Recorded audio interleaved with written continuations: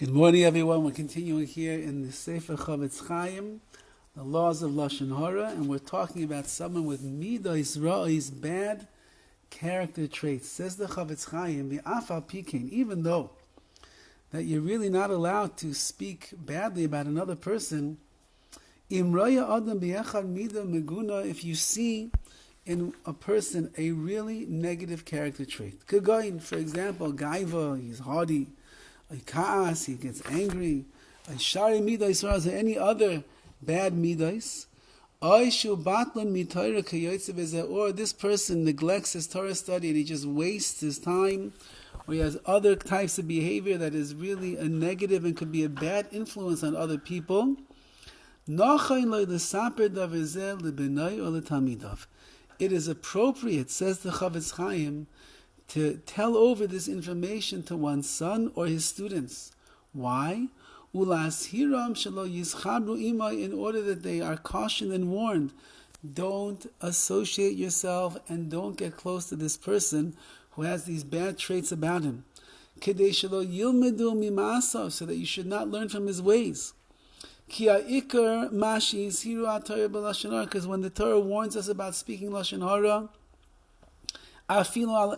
even on the truth, that's only if your intention is to disgrace and degrade another person, and you actually derive pleasure, and you're happy when you put him down. But if your intention when you tell over these words, the words that are perhaps negative about the other person, but it's to guard your friend from being influenced by this person, he shouldn't learn from his ways. Pashit the Mutter, says the Chofetz Chaim, it's obvious, it's clear to understand that then you'd be allowed to tell over these words. There's even a mitzvah that you're fulfilling by warning another person to stay away from someone that will be a negative influence. This falls into the category of something called to'eles, which is a benefit, which means that when my words of Lashon HaRa are benefiting the person who's hearing because he's going to learn a lesson from what I'm saying, that's not called Lashon HaRa, that's called to'eles. Says the Chofetz Chaim, you even have a mitzvah in this particular case to tell over the words so that the person who's listening will be warned and know to stay away from negative influence in his life.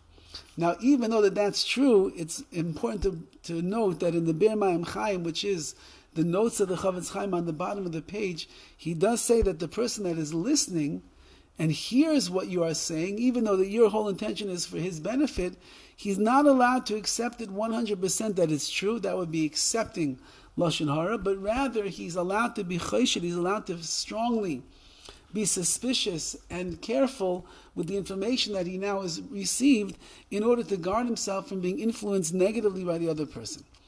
However, says the Chofetz Chaim, even when you're allowed to say over the words of Lashon HaRa, near the mitzvah mesaper levayar atam lemash mesaper begenusa shechaver, you still have to explain to the person that you're talking to why you are telling him over this negative information about the person.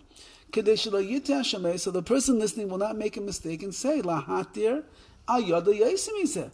Look, if my father's telling me Lashon HaRa, if my Rebbe's telling me Lashon HaRa about a person, it must be then Lashon HaRa is permissible in all situations, and a person will take the wrong message from what you're saying, and therefore you have to make sure that when you're telling your son, listen, this boy in your class, Moshe over there, this kid, you got to be very careful, my dear son. I see the way that he treats people. I see the way that he talks. I see the things that he's involved with. I saw that I walked into the class one day. He was very mechutzevdik. He was very brazen to the teacher. That's not the kind of a boy that we should really be friends with and learn from, because he's going to have a negative influence on you. Therefore, you're allowed to say it in that way, says the Chofetz Chaim. Also, you don't want your child or your student to think wondrous things about you and be surprised. Shusay says Atzma, you are contradicting yourself. Kipam Yermelo, one time you told your son or your student, you're not even allowed to tell the truth when it comes to Lashon HaRa. You can't say a single word. Like we're going to explain later on. There's a great mitzvah to separate your little children from the sin of Lashon HaRa. And you've been telling your son since he's a little kid, don't speak Lashon HaRa, don't speak Lashon HaRa, even if it's true. And now, now you the father or you the Rebbe, you're telling over Lashon HaRa yourself, you look like a hypocrite. You don't want to look like a hypocrite in the eyes of your children or your students, and therefore, what should you do, says the CHOFETZ Chaim? As long as you explain why you are saying over these words, then you exempt yourself, you absolve yourself from speaking Lashon HaRa.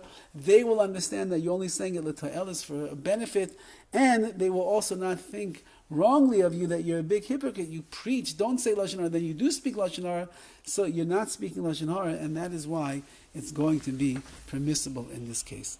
Have a wonderful day. Oh, Myra, mucho early.